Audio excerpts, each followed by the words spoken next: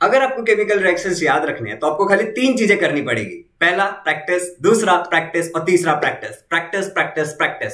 मगर आपके प्रैक्टिस को थोड़ा आसान बनाने के लिए अगर आपको केमिकल रिएक्शन समझ में आ जाता है तो उसको आप जल्दी याद कर सको और ज्यादा समय तक याद रख सको, इसके लिए मैं आपको दे रहा हूं एक method that is called as wrong hand method. इस मेथड का यूज करके आप केमिकल रिएक्शंस, फॉर्मूला, स्पेलिंग्स को बहुत जल्दी से याद कर सकते हो और बहुत लंबे समय तक याद रख सकते हो। Myself Shonja, an educator by choice, a certified memory coach and a creative learner, and मैं स्वागत करता हूं आप सबका इस वीडियो में। हम एक सीरीज ऑफ वीडियो बना रहे हैं जिसमें हम अलग अलग चीजों को एड्रेस कर रहे होंगे। ये 6 वीडियोस का एक सीरीज है जिसमें जो पहला वीडियो था वो था how to score 90% in remaining days, जो भी 30 डेज 20 डेज बचे हैं उसके अंदर। उसका जो दूसरा वीडियो था उसमें हमने बात की थी सारे इंपॉर्टेंट फॉर्मूलाज के बारे में, और जो तीसरा वीडियो है वो है केमिकल रिएक्शंस को याद करने का तरीका। 4th, 5th और 6th वीडियो एक सरप्राइज है। कमेंट करके जरूर बताना कि आपको क्या लगता है क्या आएगा। बट उससे पहले चलो शुरू करते हैं। देखो, अगर आपको केमिकल रिएक्शंस को याद करना है तो कुछ चीजें आनी मैंडेटरी है, और ये मैंडेटरी चीजें क्या है? तो सबसे पहली जो चीज है, अगर आपको केमिकल रिएक्शन याद करना है तो वो आना चाहिए आपको, वो है understand the types of chemical reaction. आपको केमिकल रिएक्शन के टाइप्स को बहुत अच्छे से समझना पड़ेगा कि केमिकल रिएक्शन के कितने टाइप होते हैं, कौन से केमिकल रिएक्शन होते हैं, और उसे मैं पहचानूंगा कैसे।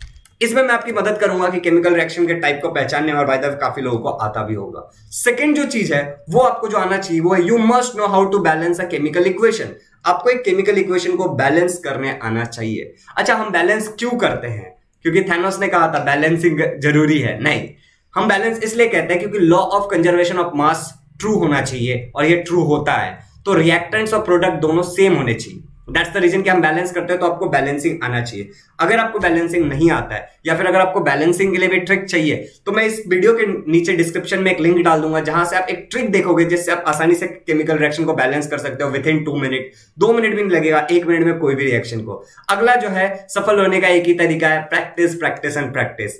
याद करने के लिए मैं आपको रॉन्ग हैंड मेथड दे रहा हूं। चलो शुरू करते हैं। रॉन्ग हैंड मेथड क्या है वो बाद में चलेंगे, लेकिन समझेंगे, लेकिन स्टेप बाय स्टेप पहले समझते हैं कि टाइप्स ऑफ केमिकल रिएक्शन क्या होता है। बैलेंसिंग का वीडियो नीचे डिस्क्रिप्शन में है, प्रैक्टिस आप करोगे, एंड रॉन्ग हैंड मेथड मैं आपको सिखा दूंगा। बट सबसे पहले हमें समझना है टाइप्स ऑफ केमिकल रिएक्शन। तो मुझे बताओ केमिकल रिएक्शन के मेजर कितने टाइप्स होते हैं? तो आपका जवाब होगा केमिकल रिएक्शन के जो मेजर टाइप्स होते हैं, सर ये 4 major type of chemical reaction है। Combination reaction, decomposition reaction, displacement reaction and double displacement reaction. मैं कहता हूं आप सही हो। क्या आपको कॉम्बिनेशन का मतलब पता है? क्या आपको डिकम्पोजिशन का मतलब पता है? डिस्प्लेसमेंट और डबल डिस्प्लेसमेंट का मतलब पता है? देखो, इनमें से एक क्वेश्चन तो आपके बोर्ड में भी कंफर्म ही आने वाला है, ठीक है? एटलीस्ट 1 से 2 क्वेश्चन तो कंफर्म आएगा, तो ये वीडियो आपके लिए हेल्पफुल है, तो इसको पूरा देख लेना। चलो बात करते हैं सबसे पहले रिएक्शन की, जिसका नाम है कॉम्बिनेशन रिएक्शन। अब व्हाट इज कॉम्बिनेशन रिएक्शन? इसको थोड़ा अच्छे से समझो कि व्हाट इज कॉम्बिनेशन रिएक्शन। अगर तुम देखोगे तो कॉम्बिनेशन रिएक्शन में यहां पे तुम्हें दिख रहा होगा ए लिखा हुआ है, फिर यहां पे तुम्हें बी दिख रहा है, और यहां पे दिखा रहा है ए और बी। तुम्हें आसानी से समझ में आ गया होगा कि 2 रिएक्टेंट्स मिलके एक प्रोडक्ट देंगे। एग्जैक्टली, यहां पे भी वही लिखा है, 2 और more reactants combine in a reaction to form a single product. एक या एक से ज्यादा रिएक्टेंट कंबाइन करेंगे और एक सिंगल प्रोडक्ट देंगे, इसको हम बोलते हैं कॉम्बिनेशन, कंबाइन करना। क्या आप ऐसे रिएक्शन को देख के पहचान सकते हो? चलो एक एग्जांपल देखते हैं। यहां पे देखो क्या है, NH3 है, अमोनिया, यहाँ पे हाइड्रोक्लोरिक एसिड है HCl। अब देखो दोनों का दोनों कंबाइन होकर प्रोडक्ट साइड में तुम्हें एक ही चीज दिख रहा है, राइट? प्रोडक्ट में तुम्हें एक ही चीज दिख रहा है, दैट मींस कि ये कौन सा रिएक्शन है? Yes, it's combination reaction. Sir ये रिएक्शन याद कैसे करना है? रॉन्ग हैंड मेथड, सब्र करो, सिखाने वाला हूं। चलो आगे बढ़ते हैं। अगले देखो, कॉम्बिनेशन के अंदर 2 सब टाइप होते हैं, and that is endothermic reaction and exothermic reaction. ये भी आपको पता होना चाहिए ना। What is endothermic reaction? एक ऐसा रिएक्शन जिसमें हीट एब्जॉर्ब होता है। एंडोथर्मिक रिएक्शन पहचानने का सबसे आसान तरीका यह है कि आपको यहां पे एक हीट का सिंबल दिखेगा, या फिर यहां पे ऐसा प्लस करके हीट लिखा रहेगा। Is it clear? सिंपल है, बाकी तो है तो कॉम्बिनेशन का ही टाइप है, ठीक है? एक्सोथर्मिक रिएक्शन मतलब क्या होता है? जिसमें हीट इवॉल्व होता है, मतलब हीट बाहर जाएगा, तो यहां पे हमेशा आपको RHS साइड में हीट दिखेगा। क्या आप इसको पहचान सकते हो? बिल्कुल। ये रिएक्शन याद कैसे करूं सर? रॉन्ग हैंड मेथड मैं आपको देने वाला हूं। बहुत सिंपल है, 2 लाइन में मैं आपको रॉन्ग हैंड मेथड समझा दूंगा, पहले ये समझ लो। लेकिन डीकंपोजिशन रिएक्शन क्या होता है? ये कॉम्बिनेशन का उल्टा होता है, राइट? देखो समझो, ए और बी एक रिएक्टेंट है। जब ये रिएक्ट होंगे उसके बाद ए अलग हो जाएगा, बी अलग हो जाएगा। क्या समझ में आया तुम्हें? 1 reactant in a reaction give rise to 2 और मोर प्रोडक्ट। एक रिएक्टेंट एक रिएक्शन में एक या एक से ज्यादा प्रोडक्ट देगा, तो उसको क्या बोलते हैं? It is called as decomposition reaction. Example देखना है, यहां पे देखो, ये है C12H22O11। अगर तुम वीडियो यहां तक देख रहे हो तो मुझे कमेंट में बताना ये चीज क्या है, C12H22O11 ये क्या है, ऐसा डीकंपोजिशन, और उसके आगे लिख देना ये क्या है, चीनी है, नमक है, क्या है, जैगरी है, हनी है, ये क्या है, ठीक है। और देखो यहां पे क्या हो गया, कार्बन अलग हो गया, वाटर अलग हो गया, मतलब एक चीज टूट करके दो या दो से ज्यादा प्रोडक्ट दे रहा है, दैट इज डीकंपोजिशन। कंपोजिशन का ब्रेक हो जाना, डीकंपोजिशन। क्या आपको समझ में आ रहा है? क्या ये आसान लग रहा है? चलो फिर आगे बढ़ते हैं, नेक्स्ट वाले टाइप पे चलते हैं। नेक्स्ट वाला जो है तुम्हारा वो है डिस्प्लेसमेंट। डिस्प्लेसमेंट मतलब प्लेस को डिस कर दिया, मतलब एक जगह से, मतलब मान लो मैं इस कुर्सी पे बैठा हूं, कोई और आया मेरी कुर्सी पे बैठ गया और मैं उसकी जगह चला गया, that is called as displacement. देखो बहुत आसानी से तुम्हें समझ आ जाएगा। ए एक रिएक्टेंट है और बी सी एक रिएक्टेंट है, ठीक है। अब ए जो है वो ज्यादा रिएक्टिव है, ज्यादा पावरफुल है, किससे? बी से। तो ये बी के जगह पे आ जाएगा, बोलेगा ये सी मेरी है, मुझे ये सी चाहिए, और ये ए जो है वो बी के जगह पे आ गया। तो देखो सी के साथ अब बी के जगह क्या है? ए है, और ये बी चला गया बाहर। A was more reactive, B was less reactive. A ने बी को रिप्लेस कर दिया उसके पोजीशन से, डिस्प्लेस कर दिया उसके पोजीशन से, दिस इज डिस्प्लेसमेंट रिएक्शन। क्या आप समझ रहे हो? बहुत आसान है, राइट। देखो क्या लिखा है, a reaction in which a more reactive element, more reactive कौन था? A, displaces a less reactive element, less reactive कौन था? B, from its compound, BCA compound से, it's called as displacement reaction by formation of ion. Formation of ion को छोड़ दो, formation of ion आगे देखेंगे, बस यहाँ पे इतना याद रखना, डिस्प्लेसमेंट रिएक्शन। यहाँ पे देखो CuSO4 zinc, zinc is more reactive than this CuSO4, तो उसको कंपाउंड से रिप्लेस कर देगा और कॉपर बाहर आ गया। याद करने का तरीका मैं आपको बताने वाला हूं, वैसे ये सारे तो बहुत ही सिंपल रिएक्शन है, हम बहुत हार्ड रिएक्शन याद करने का तरीका देखेंगे। Double displacement reaction, what is double displacement reaction?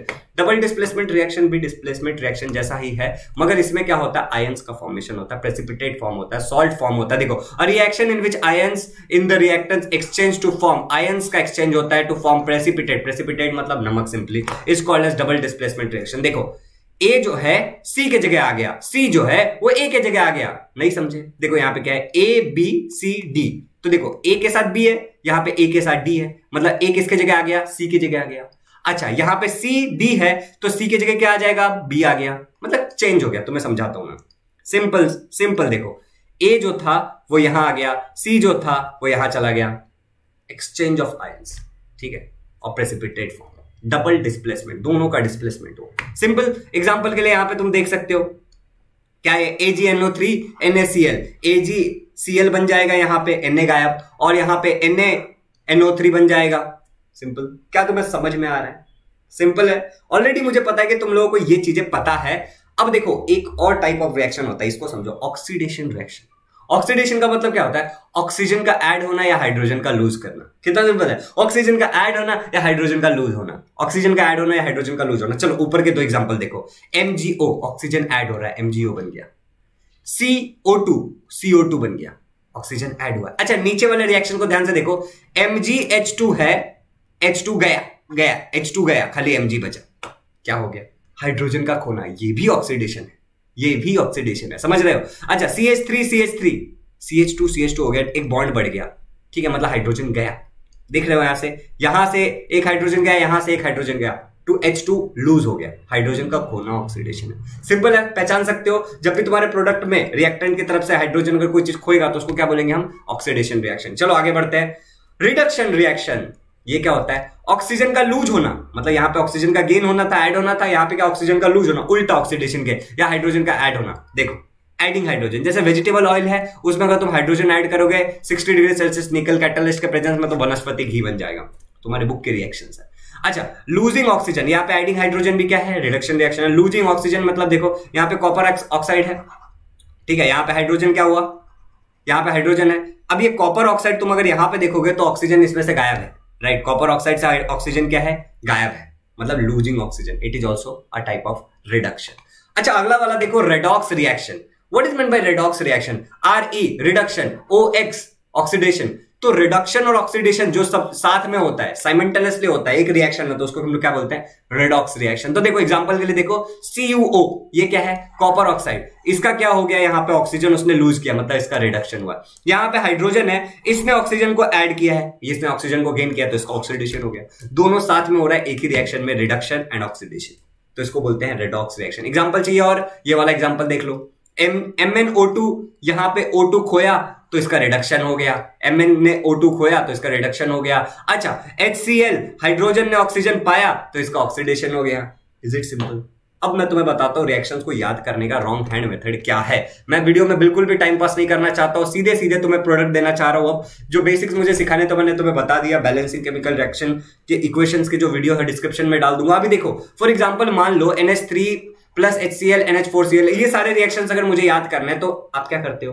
Righty हो, राइट हैंड से लिख लिख के याद करते हो। अब राइट हैंड से आप लिखने की आदी हो गए हो, आपको आदत है राइट हैंड से लिखने की, तो आप यूजुअली भूल जाओगे। लेकिन अब हमें क्या करना है? If you are righty then use your left hand. अपने लेफ्ट हैंड को यूज करो लिखने के लिए। बहुत गंदा हैंडराइटिंग आएगा, ट्रस्ट में भाई साहब, बहुत गंदा हैंडराइटिंग आएगा, मगर तुम्हें याद हो जाएगा, तुम्हें सब याद हो जाएगा, ठीक है। अगर तुम लेफ्टी हो तो राइट हैंड से करो। This is wrong hand method, गलत हाथ का इस्तेमाल करो। उससे क्या होता है पता है? जब तुम अपने रॉन्ग हैंड से लिखोगे तो तुम्हारा कॉन्सेंट्रेशन नेक्स्ट लेवल पे चला जाएगा। तुम पूरा कॉन्सेंट्रेट करके उसको पढ़ोगे और लिखोगे तो तुम्हें याद हो ही जाएगा।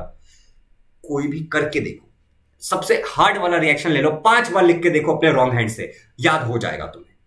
देखो, तुम्हें दुनिया का बेस्ट क्रिकेटर आकर के क्रिकेट सिखाता है, ठीक है, खुद अर्जुन आकर के तुम्हें मान लो तीर कमान चलाना सिखाता है, लेकिन अगर तुम प्रैक्टिस नहीं करोगे, उस पर भरोसा नहीं करोगे, उसको बार बार रिपीट नहीं करोगे तो कुछ नहीं होगा, ठीक है। सचिन तेंदुलकर भी और विराट कोहली भी आकर के, धोनी भी आकर के तुम्हें क्रिकेट सिखाता है, और अगर तुम प्रैक्टिस नहीं करोगे तो कुछ नहीं होगा, ठीक है। ये वीडियो या कोई भी वीडियो तुम्हारे काम नहीं आने वाला है, तो तुम्हें करना है प्रैक्टिस।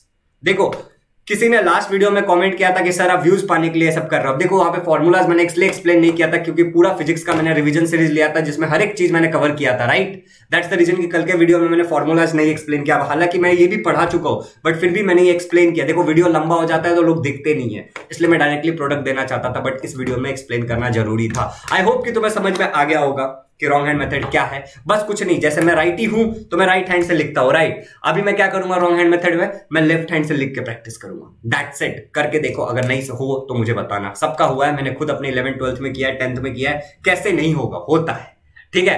एनी विच में तुम्हें मैंने बताया कि तुम्हें प्रैक्टिस करनी है। मिलते हैं नेक्स्ट वीडियो में, तब तक के लिए see you and take care, keep smiling, happy learning, ठीक है। नेक्स्ट वीडियो क्या है कमेंट करके जरूर बताना, तुम्हें क्या लगता है। एंड हाँ, वन मोर थिंग, हमारे टेलीग्राम ग्रुप को ज्वाइन कर लो। ये जो नोट्स है ये वहीं पे मिलेंगे टेलीग्राम ग्रुप में, ठीक है। चलो, thank you so much and keep smiling.